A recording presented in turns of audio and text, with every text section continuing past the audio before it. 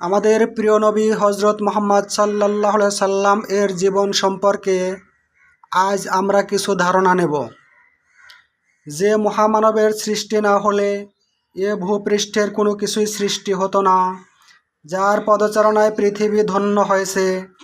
আল্লাহর প্রতি অগাধ বিশ্বাস ও ভালোবাসা, অন্তরের পবিত্রতা, আত্মার মহত্ব, ধৈর্য, ক্ষমা, সততা, নম্রতা, আমানতদারি, সুরুচিপূর্ণ মনোভাব, ন্যায়পরায়ণতা, উদারতা ও কঠোর কর্তব্যনিষ্ঠ ছিল যার চরিত্রের ভূষণ। যিনি ছিলেন একাধারে ইয়াতিম হিসাবে সবার স্নেহের পাত্র, স্বামী হিসাবে প্রেমময়, পিতা হিসাবে স্নেহের আধার, সঙ্গী হিসাবে বিশ্বস্ত। যিনি ছিলেন সফল ব্যবসায়ী, দূরদর্শী সংস্কারক, ন্যায় বিচারক, মহৎ রাজনীতিবিদ এবং সফল রাষ্ট্রনায়ক। তিনি হলেন সর্বকালের, সর্বযুগের এবং সর্বশ্রেষ্ঠ মহামানব, বিশ্বনবী হজরত মুহাম্মদ সাল্লাল্লাহু আলাইহি সাল্লাম। তিনি এমন এক সময় পৃথিবীর বুকে আবির্ভূত হয়েছিলেন যখন আরবের রাজনৈতিক, অর্থনৈতিক, সামাজিক, সাংস্কৃতিক, নৈতিক ও ধর্মীয় অবস্থা অধঃপতনের চরম সীমানায় নেমে গিয়েছিল।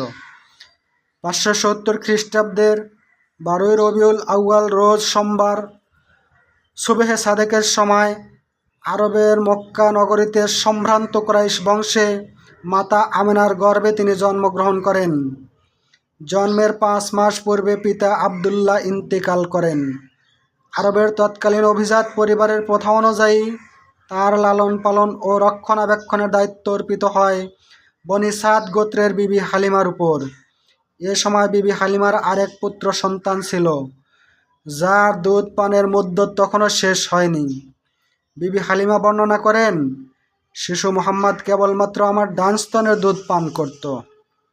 আমি তাকে আমার বাম স্তনের দুধ দান করতে চাইলেও তিনি কখনো বাম স্তন হতে দুধ পান করতেন না।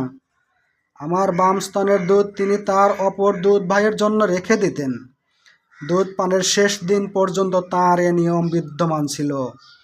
ইনসাফ ও সাম্যের মহান আদর্শ তিনি শিশুকালেই দেখিয়েছেন। মাত্র 5 বছর তিনি ধাত্রীমা হালিমার তত্ত্বাবধানে ছিলেন। এরপর ফিরে আসেন মাতা আমেনার গৃহে। 6 বছর বয়সে তিনি মাতা আমেনার সাথে পিতার কবর জিয়ারতের উদ্দেশ্যে মদিনা যান এবং মদিনা হতে প্রত্যাবর্তনকালে আবওয়া নামক স্থানে মাতা আমেনা ইন্তেকাল করেন। এরপর ইয়াতিম মুহাম্মদ সাল্লাল্লাহু আলাইহি সাল্লামের লালন পালনের দায়িত্ব অর্পিত হয় ক্রমান্বয়ে দাদা আব্দুল মুত্তালিব ও চাচা আবু তালিবের উপর। পৃথিবীর সর্বশ্রেষ্ঠ যে মহামানব আবির্ভূত হয়েছেন সারা জাহানের রহমত হিসেবে, তিনি হলেন আজন্ম ইয়াতিম এবং দুঃখ বেদনার মধ্য দিয়েই তিনি গড়ে ওঠেন সত্যবাদী, পরোপকারী এবং আমানতদারী হিসেবে।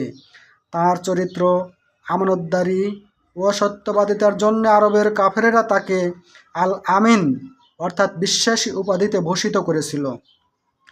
তৎকালীন আরবে অরাজকতা, বিশৃঙ্খলা, হত্যা, যুদ্ধ বিগ্রহ ইত্যাদি ছিল নৈমিত্তিক ব্যাপার। হরবে ফুজ্জার এর নৃশংসতা, বিভীষিকা ও তাণ্ডব লীলা দেখে বালক মুহাম্মদ সাল্লাল্লাহু আলাইহি সাল্লাম দারুণভাবে ব্যথিত হন এবং মাত্র 14 বছর বয়সে চাচা হজরত জুবাইর রাদিয়াল্লাহু তাআলা আনহু ও কয়েকজন যুবকের সাথে নিয়ে অসহায় ও দুর্গত মানুষদের সাহায্যার্থে এবং বিভিন্ন গোত্রের মধ্যে শান্তি, শৃঙ্খলা ও ভ্রাতৃত্ববোধ প্রতিষ্ঠার দীপ্ত অঙ্গীকার নিয়ে গড়ে তোলেন হিলফুল ফুজুল নামক একটি সমাজ সেবামূলক সংগঠন। বালক মুহাম্মদ সাল্লাল্লাহু আলাইহি সাল্লাম ভবিষ্যৎ জীবনে যে শান্তি স্থাপনের অগ্রদূত হবেন, এখানেই তার প্রমাণ মেলে।